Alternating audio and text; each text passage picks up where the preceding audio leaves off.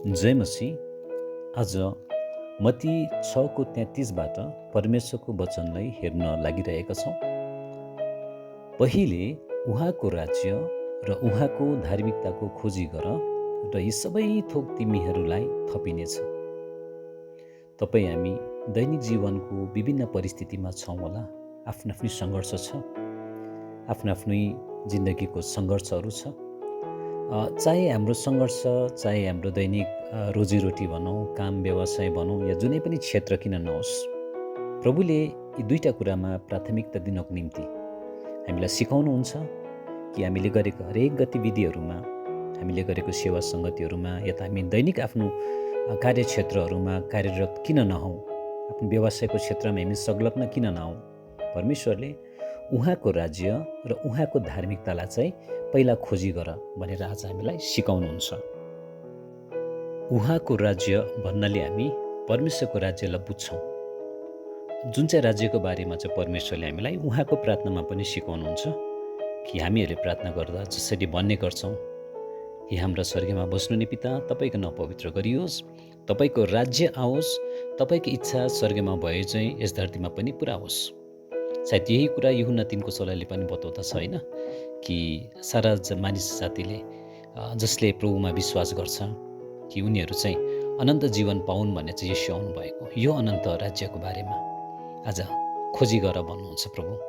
अनि यस्तै प्रकारले मत्ती जब हामी 28को 19-20मा पनि हेर्छौँ कि प्रभु स्वर्गीयरोहण हुँदाखेरि चेलाहरूलाई अन्तिम आदेश स्वरूप बताउनु भयो कि जाऊ तिमीहरूलाई सारा संसारलाई सुसमाचार सुनाऊ, विश्वास गर्नेहरूलाई पिता, पुत्र र पवित्र आत्माको नाममा बप्तिस्मा देऊ र म तिमीहरूको साथमा जगतको अन्तसम्म तिमीहरूको साथमा हुन्छु भन्नुभयो।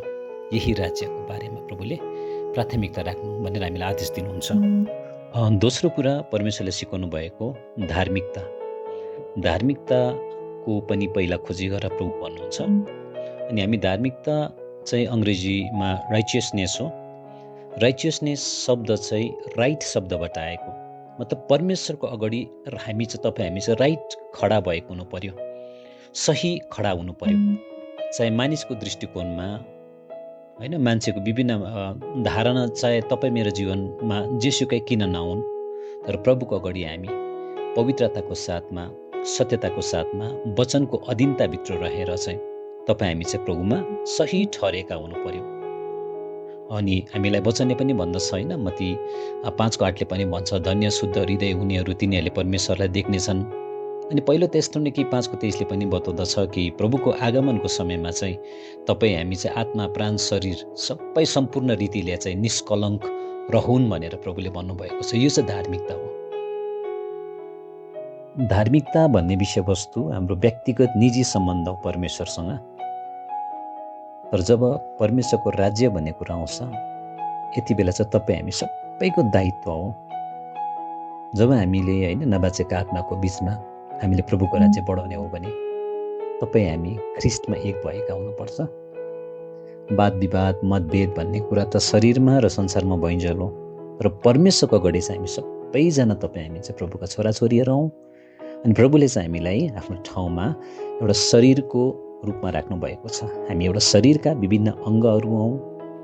कसै हो आफ्नो आफ्नो क्षेत्रमा हामी राम्रो छौँ, कसैले हातको काम गरिरहेको होला, कसैले खुट्टाको काम, कसैले आँखाको काम, विभिन्न तरिकाले हामीले प्रभुको राज्यमा प्रभुले हामीलाई त्यही तरिकाले बोलाउनु भएको छ। यस कारणले गर्दा तपाईँ हामी एक भएर चाहिँ हामी धार्मिकतामा पनि अगाडि बढ्दै, पवित्रता र सत्यता र वचनको अत्यन्तभित्र हामी रहँदै र परमेश्वरको राज्यको हामी खोजी गरौँ। अनि प्रभुले भन्नुभएको छ सबै थोक तिमीलाई दिनेछ। प्रभु जान्नुहुन्छ नि हाम्रो आत्मिक निड छ, हाम्रो आर्थिक निड छ, हाम्रो व्यावसायिक क्षेत्रहरू छ होइन, हाम्रो नानीहरूको कतिवटा देखरेखका कुराहरू छ, प्रबन्धका कुराहरू छ, व्यवस्थापनका कुराहरू छ। यस कारणले गर्दा आजको वचन हामीले बुझेका छौँ। धार्मिकता खोजी गर्दै, उहाँको राज्यको खोजी गर्दा हामी दैनिक शरीर र संसारमा भइन्छ हामीले निभाउनु पर्ने दायित्व, हामीले गर्नुपर्ने कार्यहरू, हामीले गर्नुपर्ने आफ्नो जिम्मेवारीहरू पनि पुरा गरौँ। आमेन।